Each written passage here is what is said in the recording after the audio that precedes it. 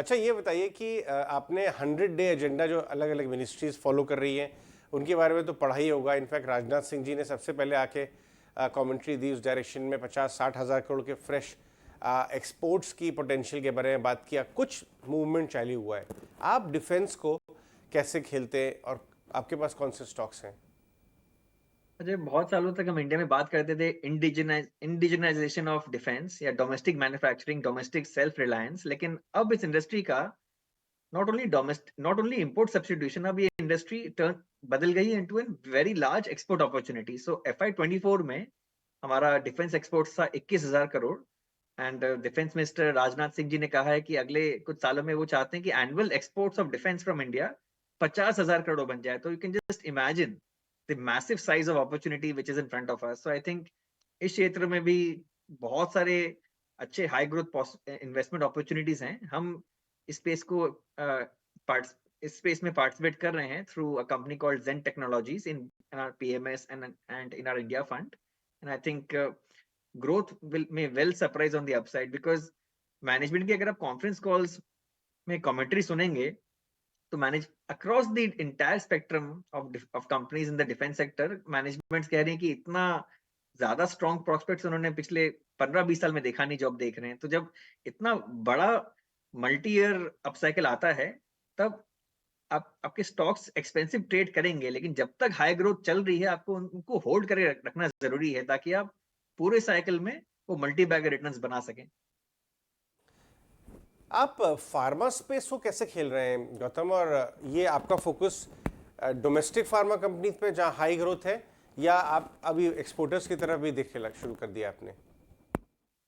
हमारे PMS में हम इकलौता फार्मा स्टॉक होल्ड करते हैं, आरती फार्मा फार्मा लैब्स। ये आरती इंडस्ट्री से स्पिन ऑफ हुई थी। इसमें आरती ग्रुप का पेरेंटेज मिलता है आपको, plus a clean balance sheet मिलती है। मैनेजमेंट का ऑलरेडी प्रूवन ट्रैक रिकॉर्ड है in its pharma division. And अगले 3 साल के लिए भी मैनेजमेंट ने 15 से 20% रेवेन्यू ग्रोथ का गाइडेंस दिया है। और ये उन गिनी चुनी API कंपनीज में से एक है जिन्होंने इस डिफिकल्ट टाइम्स में भी अपना मार्जिन को not only maintain but improve भी किया था। तो जो मैनेजमेंट्स डिफिकल्ट इंडस्ट्री कंडीशंस में भी अपनी मार्जिन को होल्ड कर सकें, beat Aarti Pharma Lab in API और beat Dhanuka Agritech in domestic agrochemicals, ये कंपनीज अपसाइकिल में इन्वेस्टर्स के लिए खूब वेल्थ क्रिएट करके देती हैं। तो हम अभी फार्मा स्पेस में पार्टिसिपेट कर रहे हैं through this particular business, Aarti pharma labs. Gautam, एक व्यू मैं जानना चाहूँगा कि आपने बाज़ार को काफ़ी देखा है, आपने पढ़ा है बहुत बाज़ारों के बारे में। इस समय हम जो मार्केट में जो साइकिल है, मार्केट साइकिल किस फेज़ में है? क्या हम अर्ली में तो क्लियरली नहीं है, क्या हम मिड में पहुँच रहे हैं अब? कुछ लोग कह रहे हैं कि हम start of the end phase में आ रहे हैं, थोड़ा बाज़ार बहुत पाइपिंग हॉट हो गया है। इस मैटर को कैसे हैंडल किया जाए? क्या देखना जाता है? कौन से इंडिकेटर्स बताते हैं ये?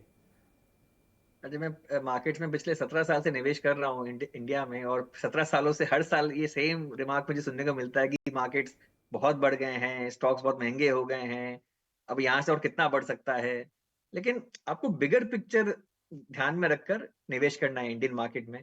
देखिए, मॉर्गन स्टैनली की हाल ही में जो रिपोर्ट आई है वो कह रहे हैं 2030 तक 6.5% एवरेज में रियल GDP ग्रोथ रेट आएगी। अब सोचिए, अगर इतने बड़े GDP बेस पे भी आप 6.5% इतने साल ग्रो करने वाले हैं, और अगर आप सिंपली अज्यूम करें कि market cap to GDP long run में विल बी अराउंड 1 टाइम, तो आप बस सोचिए, जैसे जैसे trillions of dollars of GDP add होगी इंडिया में, वैसे वैसे trillions of dollars in market cap भी ऐड होने वाला है। और वो कौन सी कंपनीज हैं जो ये अपकमिंग वेल्थ क्रिएशन बूम में सबसे बड़ा पैसा बना के देंगी निवेशक को?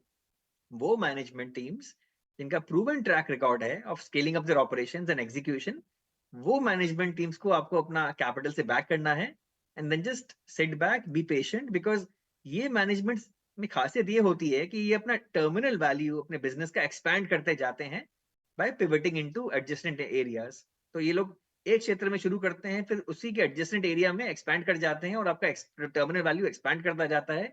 और यही वो बिजनेसेस हैं जो upcoming wealth creation boom India में जो आने वाला है, इसमें सबसे ज्यादा आपके लिए वेल्थ क्रिएट करके आपको पैसा बना के देंगी। तो जैसे ही आपको ऐसी कोई मैनेजमेंट टीम मिड कैप या स्मॉल कैप स्टेज में मिल जाए, और अगर उसके पास सेक्टोरल लीडरशिप भी है, तो ऐसे इन्वेस्टमेंट्स के साथ सबसे ज्यादा पेशेंट रहना बहुत बहुत जरूरी